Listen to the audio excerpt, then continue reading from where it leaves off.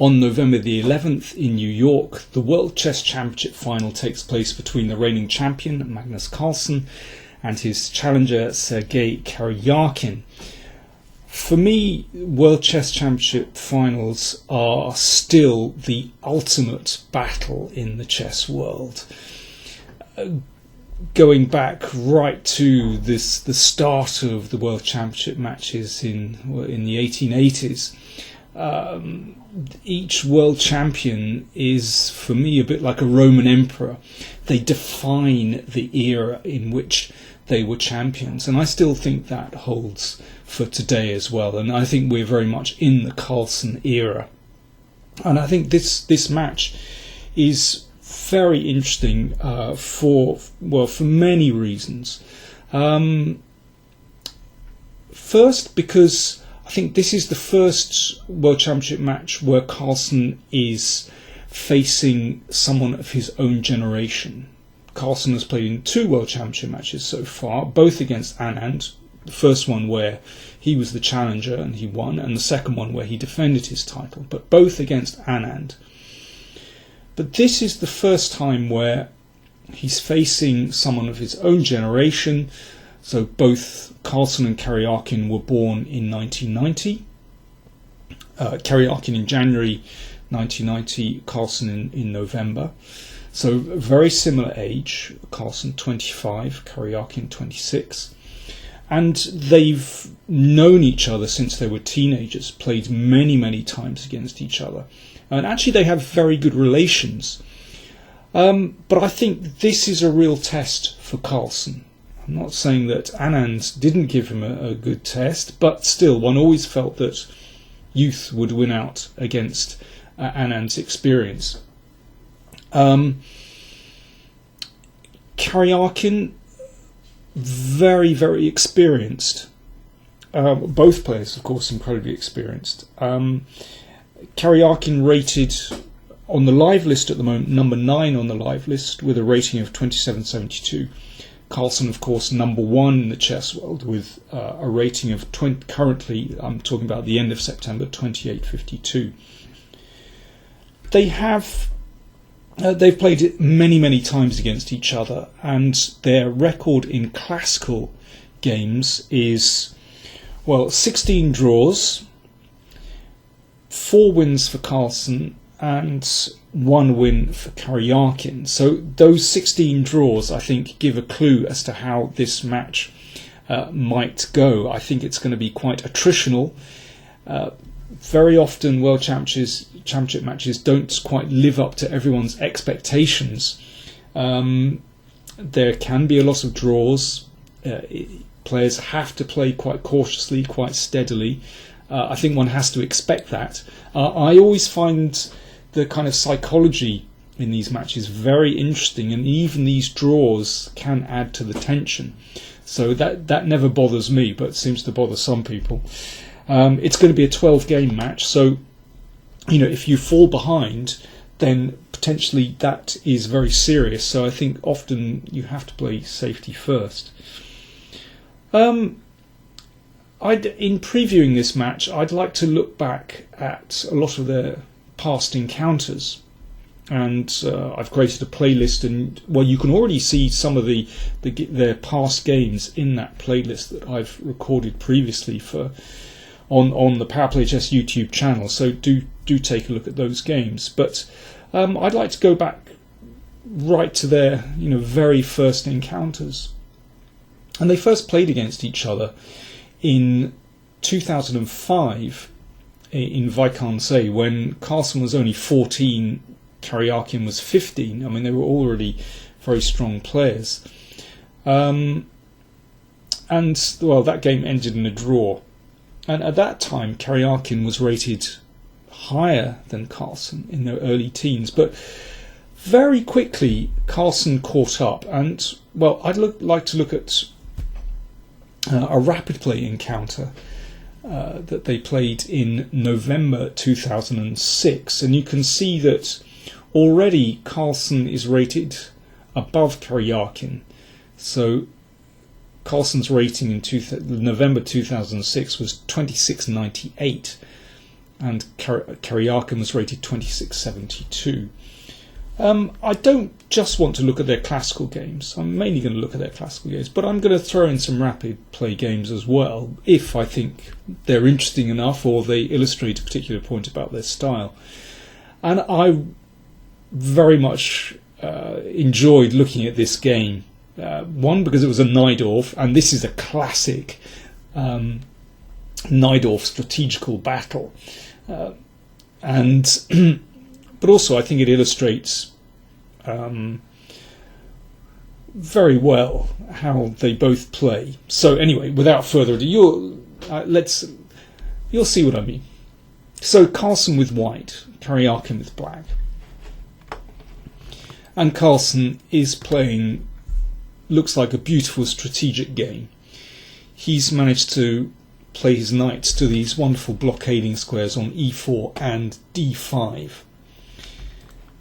Optically, this looks absolutely wonderful for white, but let's see how Karjakin dealt with this. First of all, he gave up one of his bishops, which looks like a strange decision. But this next move is very important. He brings his king into the centre to attack the blockading rook on d5. And d6 is very securely protected.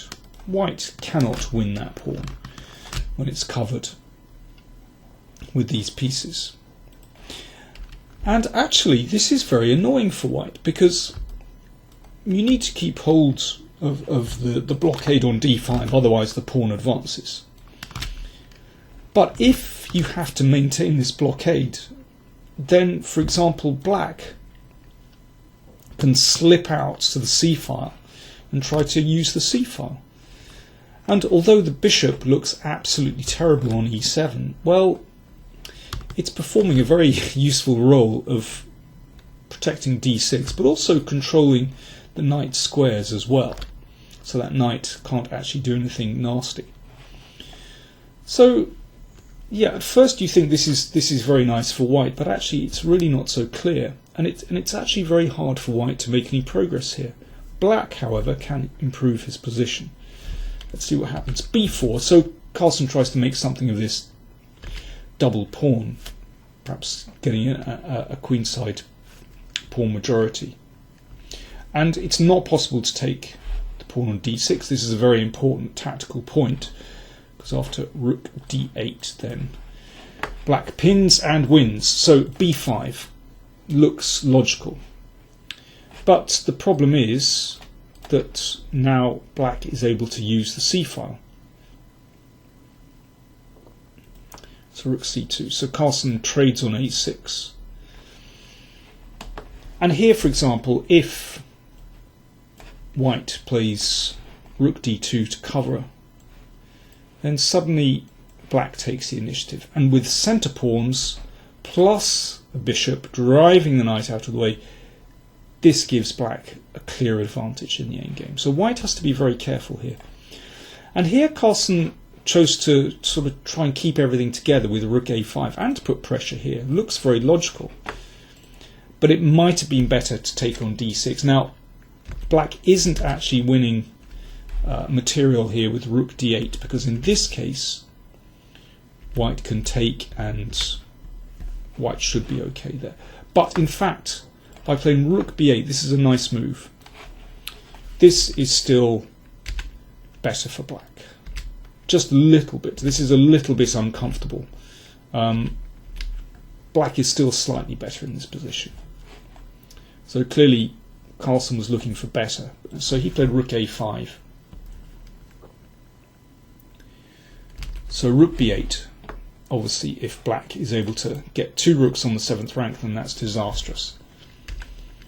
And rook b6. So black holds the position together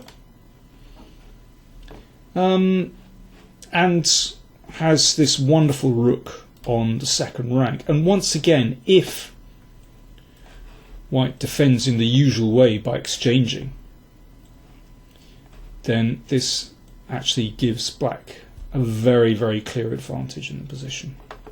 these wonderful centre pawns. That's the thing in the Sicilian and, well, especially in the Najdorf, centre pawns can be very strong indeed, powering through. So king f1, so that takes the king off a black square. You never know when a bishop might pop up on that diagonal. However, that king does look very open on the second rank. And Karjakin is now taking control. So what does he do next? Can't play d5 yet because the rook's control here. So you advance on the king side. So the squeeze starts. Notice how beautifully the king is placed in the centre of the board. Here we go, the king side squeeze. Now, white can't really block these pawns by playing something like g4 because the rook will fly along the second rank, and that looks absolutely disastrous. But what happens if white waits? So what about b4, trying to push this majority? Here's the idea, g4, and give up a pawn, but now the knight's position has been undermined, and after rook c4 hitting this knight and hitting lots of pawns here, well, you can see the pawns very shortly are going to start rolling. This is a disaster for white. So rook d2, but now the pawns start to roll in the middle. a5. If that's taken, obviously, then bishop b4 wins something. Key e2. Bishop d8. Protecting the pawn, but that bishop also has the chance to bounce out via b6 and claim a beautiful diagonal. And this is a classic maneuver in so many positions in the Najdorf. And now the rook comes in and hits these kingside pawns. Very important to advance those kingside pawns. It's this squeeze which enables black to win pawns on the kingside. So here we go. e4 check. Centre pawns advance. Obviously that's a pin. And this is very nasty. If the king comes up, then bishop c7 hits the rook and threatens bishop f4, winning. So that means the king had to come backwards, and that's not nice at all. So we have this trade, but this is a winning position with white's king stuck on the back rank. Let's just go through the final moves. I mean, there's absolutely no defence here. If rook takes f3, then rook a4 would consign this rook to a terrible position, and then with the support of the king, this pawn would go through. The game ended like this, and now the pawns roll through. Once again, centre pawns. If rook f3, rook check, and d2 is a fitting end, and anyway in the game this happened as well. And here Magnus Carlsen resigned if, let's say, king d1, f2, followed by rook check and f1 queen. That's why I like playing the Najdorf. Those centre pawns backed up by the king and very often a bishop can be so strong. And well, I think this shows the kind of strategic understanding that Karjakin has. Of course, Magnus Carlsen in 2006, he was only 15. He still had a lot to learn. But yeah, it shows what a fine technical and strategic player Karjakin is. So, okay, over the next few weeks, I'm going to be looking at more of their past games. But do look out for the next one. See you soon.